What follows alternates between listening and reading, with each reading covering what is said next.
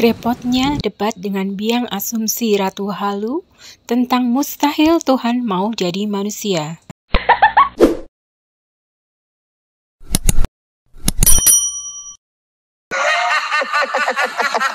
Masih dalam rangkaian debat dengan Ratu Halu, biang asumsi pemakan hoax Uti Watimena, saya Atik Nos dengan Uni Riva melanjutkan perdebatan kali ini, melebar topiknya menjadi mustahil Tuhan mau jadi manusia. Semula mereka tidak mengakui bahwa mereka menyembah manusia, tapi faktanya memang mereka menyembah manusia, dan bahkan mereka dengan slogannya akrab sering bilang seperti ini: Yesus itu 100% manusia, 100% Tuhan. Sungguh aneh ya. Mana ada 100% bubur ayam tapi juga 100% nasi. Jelas tidak mungkin, itu sih 50%, 50%. Luar biasa kacaunya ya klaim mereka ini. Kita saksikan saja perdebatannya. Ya, Tuhan ini yang ngomong gitu kan. Tuhan yang ngomong tidak pernah salah, tidak pernah bohong, dan itu bisa dibuktikan di data realita, data lapangan. Ketika dikatakan ada oknum yang bernama Isa, Anda harus menunjukkan kepada saya di mana Isa itu berada gitu. Apa ajarannya ya, ketika dia diberikan kitab Injil, dalam rangka apa dia diberikan kitab Injil gitu. Bagaimana Isa itu bisa bicara di dalam buayan, siapa saksinya gitu kan. Di luar Muslim gitu, di luar Al-Qur'an, adakah yang mencatat tentang keberadaan Isa ini gitu. Itu harus ada. Itu dia. Itu harus ada. Kalau tidak ada ya itu mungkin ya. Kalau tidak ada ya Anda jangan bicara tentang ketuhanan gitu. Jadi Anda harus tunjukkan apakah Isa itu pernah ada gitu. Kalau Anda mau masuk-masukkan ke kami, itu bukan Tuhan kami, beda. Itu bukan Yesus. Ya, cukup. Ibu. Saya jawab ya. Isa itu lebih kredibel daripada Yesus ya. Soalnya Yesus kan bahasanya saja Aramaik. Tapi lihat kitab suci kalian ini bahasanya apa? Yunani kan? Gak bisa dipercaya. Dan bukti apa? Bukti siapa? Namanya sebut satu orang yang melihat Yesus naik ke surga. Siapa? Sempat terjeda ya karena gangguan teknis, maka suara tidak keluar. Tapi intinya di situ kita menjelaskan mengenai bukti bahwa Nabi Isa itu ada. Quran, kitab yang ilmiah terbukti kebenarannya oleh para ilmuwan kafir sekalipun mengakui kebenaran mutlak tentang ayat-ayat Quran, menyatakan adanya Nabi Isa. Pertama ini buktinya. Lalu orang pihak Yahudi sendiri pun mengakui adanya Isa yang utusan, bukan sebagai Tuhan. Mereka tidak mengakui adanya Tuhan, apalagi yang namanya Yesus. Yesus itu nama palsu dari Isa. Bahasanya bahasa Aramaik. Isaus, Isa, sang utusan, bukan Yesus yang Tuhan, atau yang dimirip namanya dengan Zeus. Ajaran agama pagan Romawi penjajah. Masih ada satu lagi bukti, yaitu tiap tahun kalender Indonesia memperingati kenaikan Isa Al-Masih, bukan kenaikan Yesus. Naiknya pun ke langit, bukan naik ke surga. Yang dalam bahasa aslinya adalah Uranos, langit, bukan paradiso atau surga. Kristen Indonesia hanya berpatokan pada terjemahan bahasa Indonesia ataupun terjemahan bahasa Melayu yang acak kadut, yang ambil comot sana comot sini bahasanya, diterjemahkan bukan berdasarkan bahasa aslinya, tapi entah dari mana. Lalu berikutnya dibahas juga tentang Injil. Injil itu nama.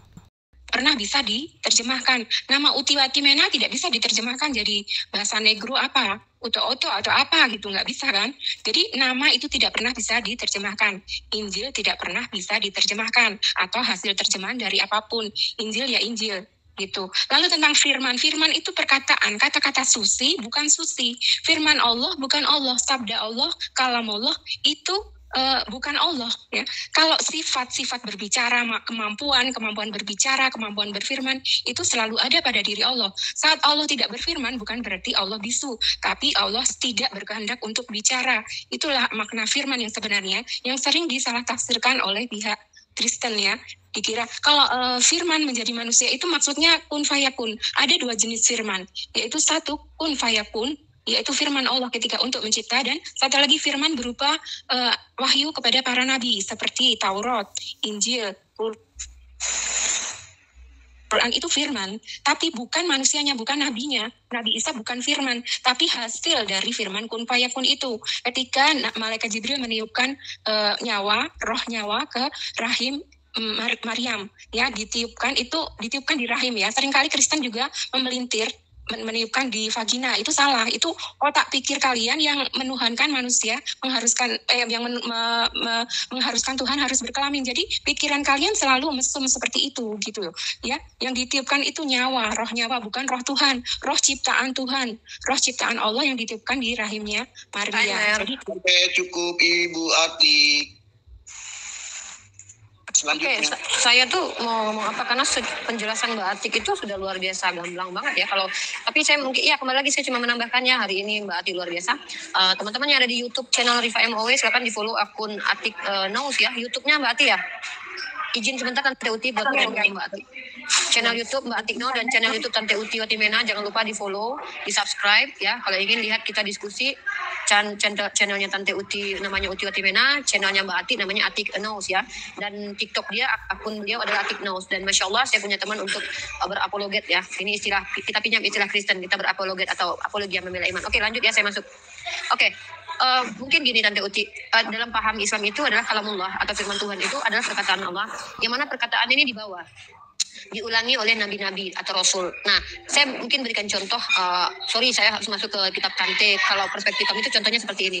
Tante lihat dalam Lukas pasal 20 ayat 1 kalau saya tidak salah itu, di mana Yesus mengabarkan Injil ke bait-bait Tuhan. Nah, perkataan Yesus itulah yang disebut dengan Injil, firman yang disampaikan oleh Yesus, segala firman yang engkau berikan telah aku sampaikan kepada mereka. Mana dia? Oke, itulah Islam ini, Al-Quran turun bukan berupa kertas, bukan berupa bentuk tulisan, bukan berupa bunyi, tetapi firman itu adalah kehendak Allah yang dibawa oleh malaikat Jibril lalu sampai ke lisannya Nabi Muhammad. Nabi Muhammad baru mengeluarkan suara. Nah, baru sampai kepada kami, sampai di tangan para sahabat, baru dibukukan. Yang menjadi kalamullah itu adalah kehendak, esensi dari isi yang dibawa oleh malaikat Jibril itu. Tidak bersuara.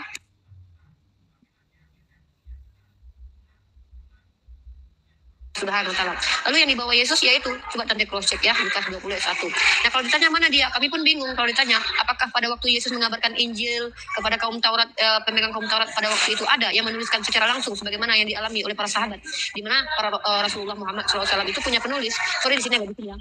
Penulis Al-Quran itu ada salah satunya Zaid bin Sabit, yang mana dia juga menuliskan Al-Quran di zaman setelah baginda Rasulullah itu wafat. Nah, pada zaman Yesus berkata di Lukas 20 ayat 1, iya sebentar saya pindah dulu ya, sebentar saya pindah.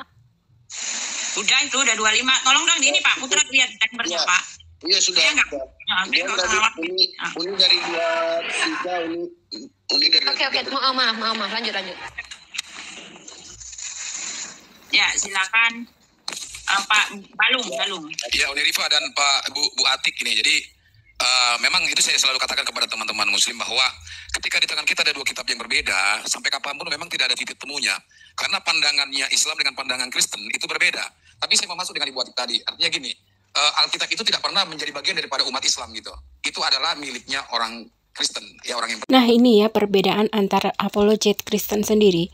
Yang si Uti Watimena ini mengklaim bahwa Alkitab terdahulu yang dimaksud di Quran itu adalah Bible mereka. Itulah kenapa saya mengajak Uti Watimena ini berdebat. Tapi bapak yang satu ini mengatakan bukan. Jadi antar mereka sendiri aja terjadi perdebatan. Juga tentang kata Alkitab itu ya, mereka mencomot dari Quran untuk menyebut Bible mereka sebagai Alkitab. Itu kesalahan LAI ya. Lalu mereka berusaha berkelit mengatakan bahwa kata Alkitab itu sudah ada di bahasa lain, bahasa Persia ketika zaman Islam belum ada katanya. Islam yang mana? Islam yang syariat Islam yang dibawa oleh Nabi Muhammad itu nabi terakhir. Sedangkan Islam sudah ada sejak Nabi Adam. Di Indonesia, tentu saja kata Alkitab itu berasal dari bahasa Arab yang lalu diserap oleh bahasa Indonesia. Dan mereka tidak berhak menggunakan kata Alkitab itu, karena dalam bahasa aslinya, di Bible mereka, tidak ada istilah kata Alkitab. Adanya Bible atau Biblos, ya gunakan saja kata itu seperti dalam bahasa aslinya. Jadi, karena Alkitab itu sebenarnya sudah lebih awal dia sudah datang gitu ya. Kurang lebih 500-600 tahun sesudah Al-Quran. Tapi di sini bagaimana Ibu tadi membuat statement bahwa harusnya penulis Alkitab itu harus dikorelasikan dengan Al-Quran. Beda sekali Bu ininya, beda sekali. Jadi tidak ada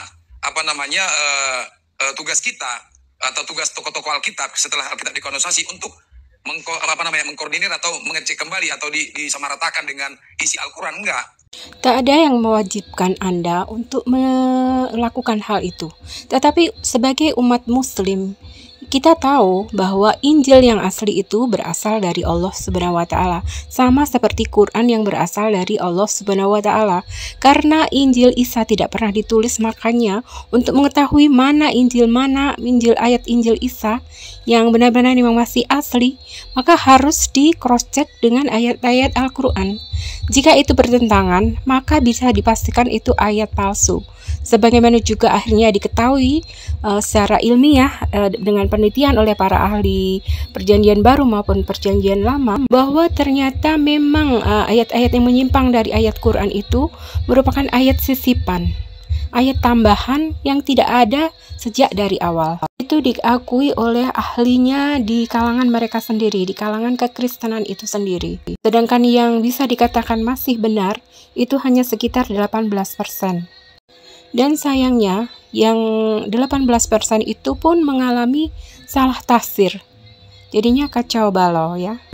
Itu sangat jauh berbeda. Nah, jadi penulis-penulisnya pun kalau mengenai firman Allah juga demikian. Kalau dalam terjemahan King James Version, setiap perkataan itu dikasih garis warna merah gitu. Nah, Alkitab itu kita yakini dalam perspektif iman Kristen bahwa 100% itu firman Allah yang diilhami kepada kurang lebih 40 ya, bedanya kalau di Quran semuanya itu garis merah. Itu sangat panjang. Sedangkan di Bible hanya beberapa saja yang hanya 18% saja yang bergaris merah. Itu sangat berbeda sekali. Makanya saya bilang demikianlah. Jadi kalau teman-teman masih dengan kacamatanya dari Muslim melihat Alkitab, itu sangat jauh berbeda, dan sampai kapanpun itu tidak akan bisa sama, karena kita juga meyakini bahwa Isa itu bukan Yesus gitu.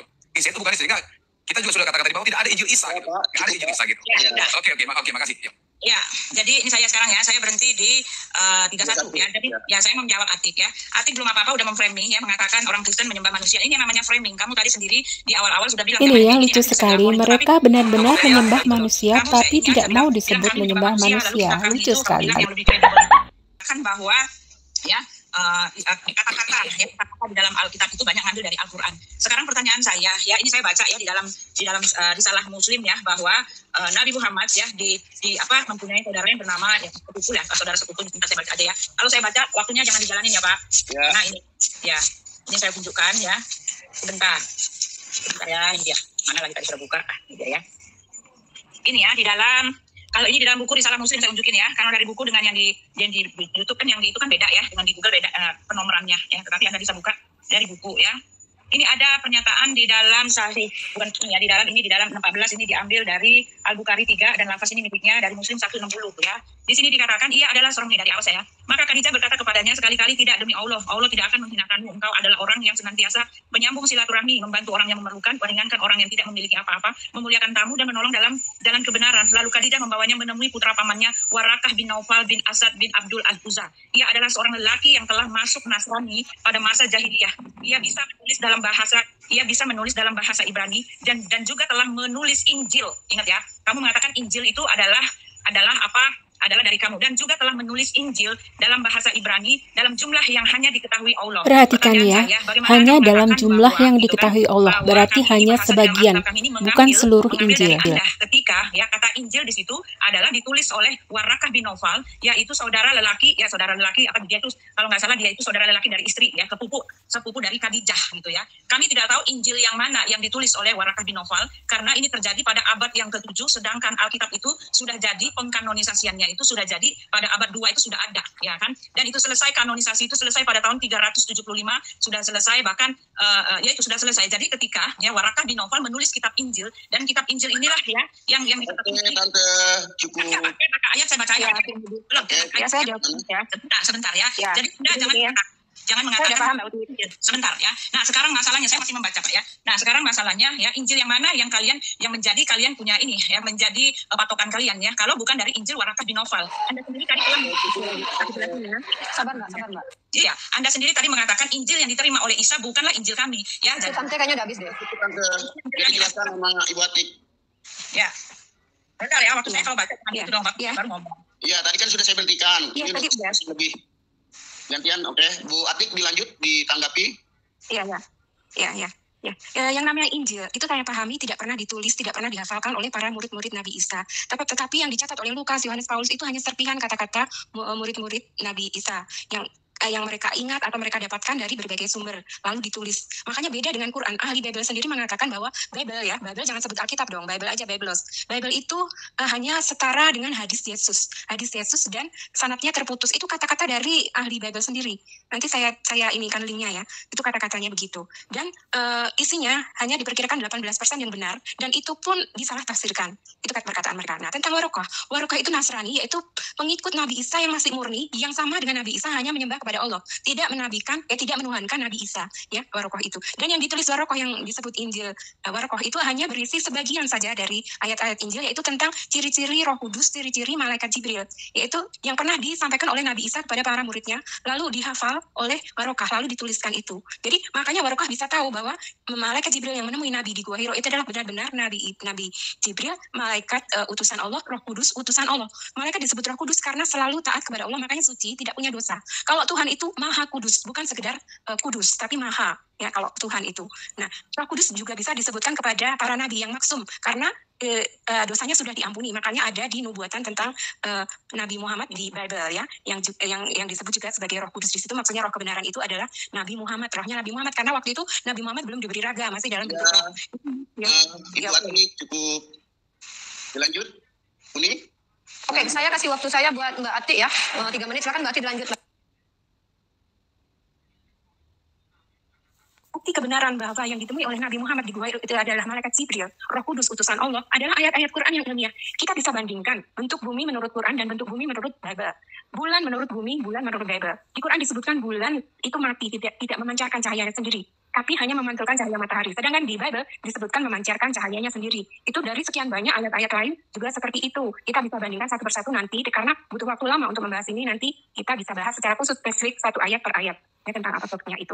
Nah, bukti berupa ilmu pengetahuan seperti itu lebih kredibel dari bukti manusia. Mau 1 juta atau 1 triliun manusia pun bisa berbohong, bisa salah. Karena manusia itu tempatnya salah dan lupa. Seperti yang diagung-agungkan oleh Mbak Uti selama ini, bahwa ada bukti tentang Yesus naik ke surga, itu bullshit, nggak ada. Nggak ada buktinya, siapa namanya, nggak ada. Dan lagian pikir dong pakai logika, manusia mana yang bisa lihat surga? Surga itu tinggi sekali, nggak mungkin. Dan kok Tuhan nebeng di surga sih? Surga itu kan disediakan oleh Allah bagi manusia muslim yang taat kepadanya. Nah, benar Yesus ada di surga, tapi sebagai manusia.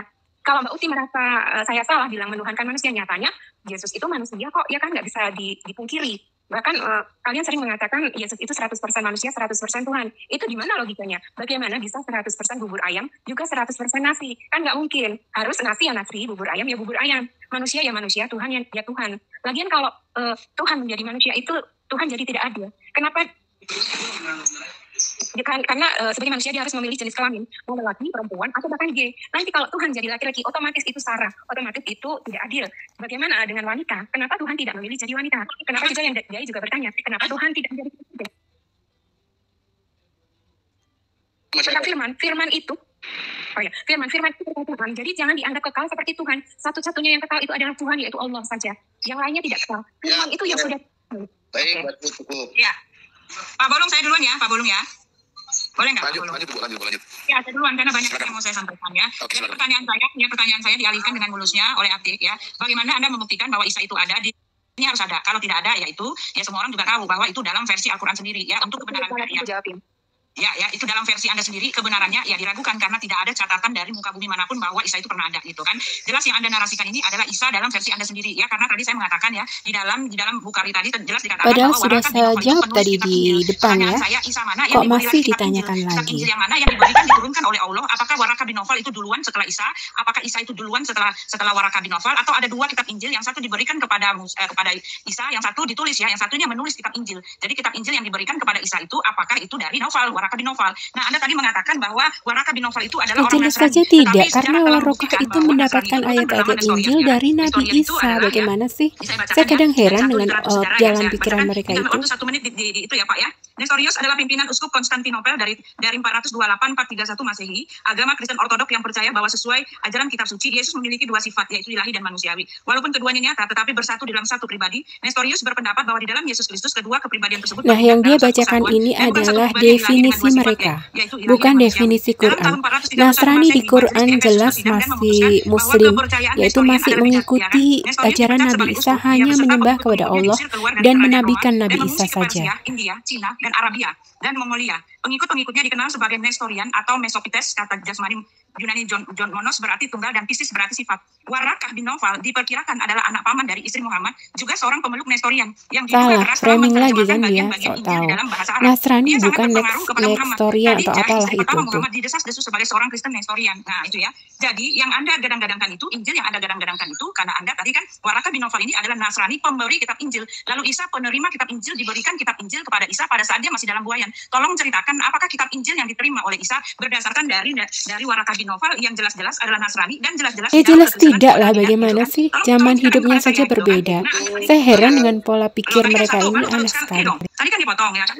Ya, ya, Anda mengatakan Daripada lupa saya. Iya, Jangan banyak. sebentar. Ya kamu banyak, saya harus Oke, kasih. aku jawab ya. Jelas Nabi Isa duluan ya. Belum selesai. Saya kan ngambil waktunya Bolong. Ya, Aku waktunya Bolong. tambahkan 10 detik. Enggak bisa. Bentar, Bolong. Iya, ini waktunya. Oh, jadi waktunya Pak Bolong dikasih ke Tante ya? Iya.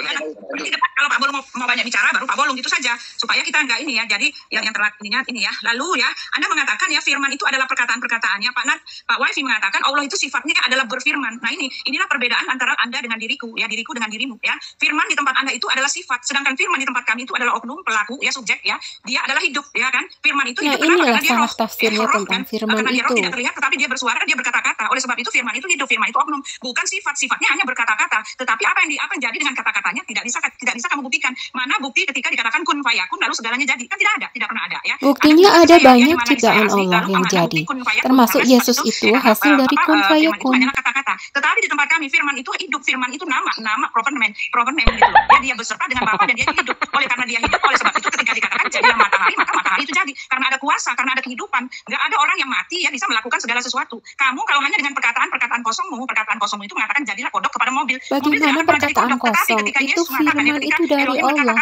maha kuasa, yang mencipta. Bintang bulan itu jadi. Ini perbedaan antara aku dan dirimu gitu loh ya. Nah, lalu Anda mengatakan bahwa roh kebenaran itu adalah Roh Kudus. Oh maaf, tidak ada nabi menubuatkan nabi. Di tempat kami Alkitab itu semua nabi-nabi, rasul-rasul menubuatkan Tuhan. Nabi menubuatkan Tuhan.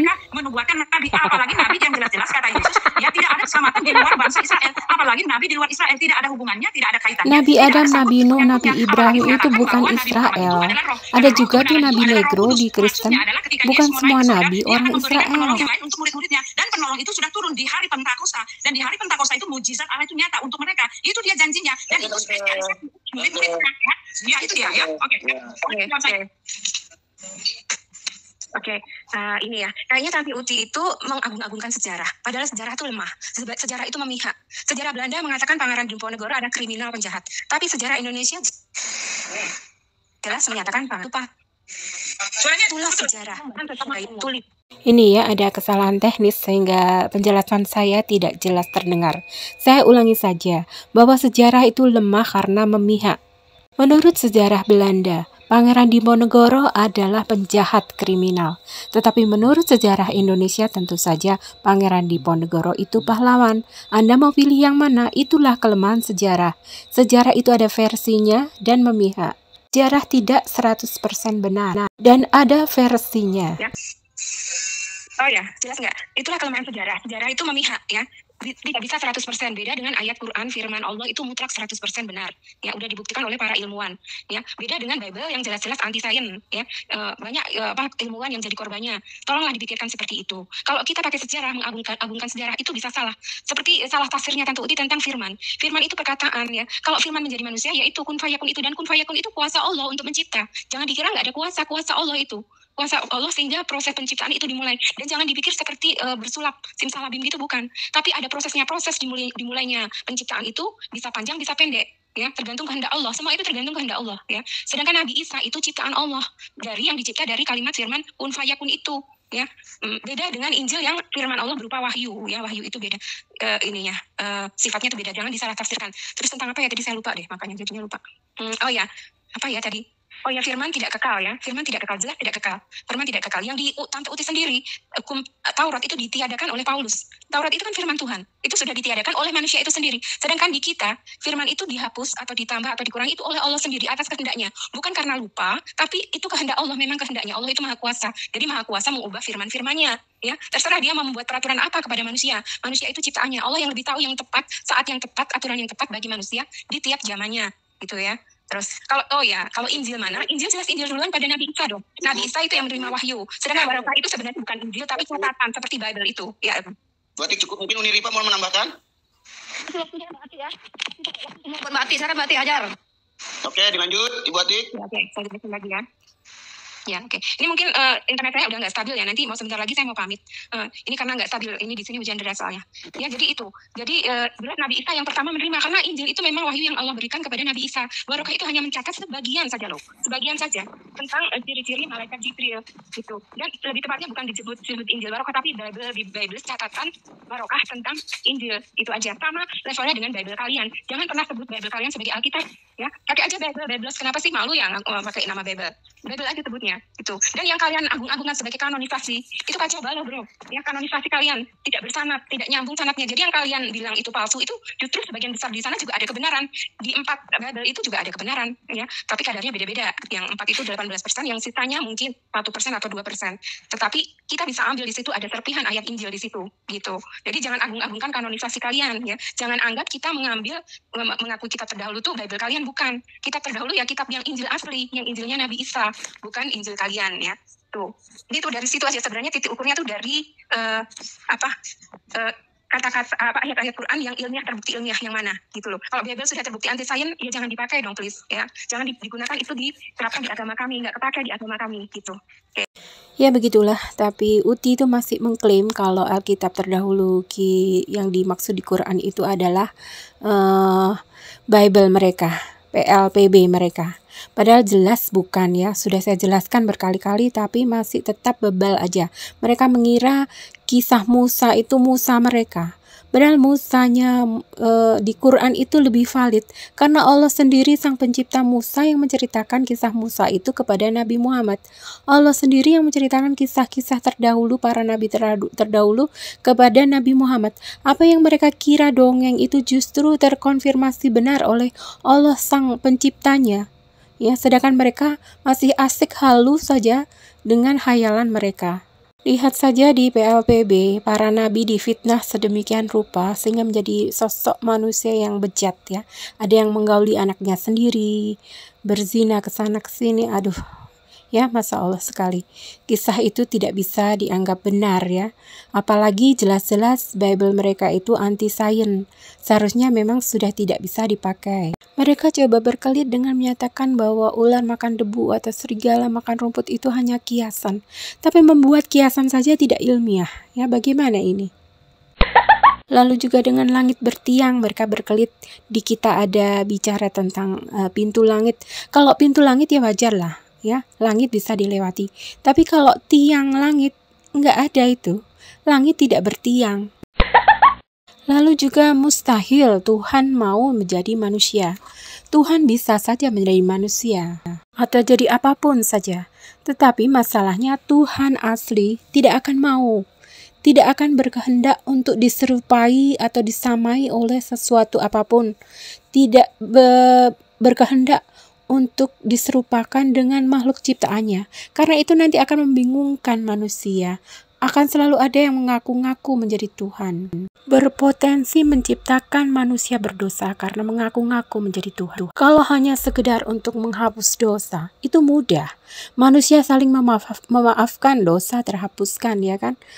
Manusia melakukan sholat taubat, menyadari kesalahannya dan berjanji tidak akan mengulanginya lagi, maka dosa pun bisa terhapus. Ada banyak sekali cara menghapus dosa, bukan harus dengan Tuhan menjadi manusia lalu dibunuh atau bunuh diri ya Tuhannya ya. Jadi ini aneh sekali konsep yang ribet dan tidak masuk akal. Tuhan menjadi manusia lalu menghapus dosa itu juga tidak adil. Karena dosa manusia itu bukan hanya kepada Tuhan ya, tetapi dosa kepada sesama manusia yang lain.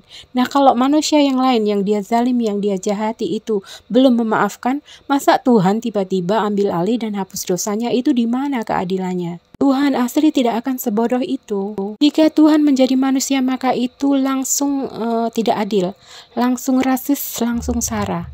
Pertama, dia harus memilih jenis kelaminnya. Kalau Tuhan memilih menjadi wanita, maka yang pria pun akan tersinggung. Juga sebaliknya, jika Tuhan menjadi lelaki, kenapa dengan wanita? Kenapa Tuhan tidak menjadi wanita? Begitu juga yang gay juga akan bertanya, kenapa Tuhan menjadi lelaki bukan menjadi gay atau menjadi wanita? Tuhan juga harus memilih ras atau suku bangsanya. Kalau Tuhan menjadi bule, bagaimana dengan orang negro, orang Asia? Kalau Tuhan jadi orang sipit, bagaimana dengan yang bule dan juga dengan yang orang hitam, berkulit hitam, negro? Ya kan? Tidak adil dan rasis. Tuhan asli tidak akan sebodoh itu. Tuhan asli itu maha adil. Dan mereka tidak pernah bisa menjawab kenapa Tuhan mereka menjadi lelaki bule. Bikin malu aja, makanya micin itu dikurangin.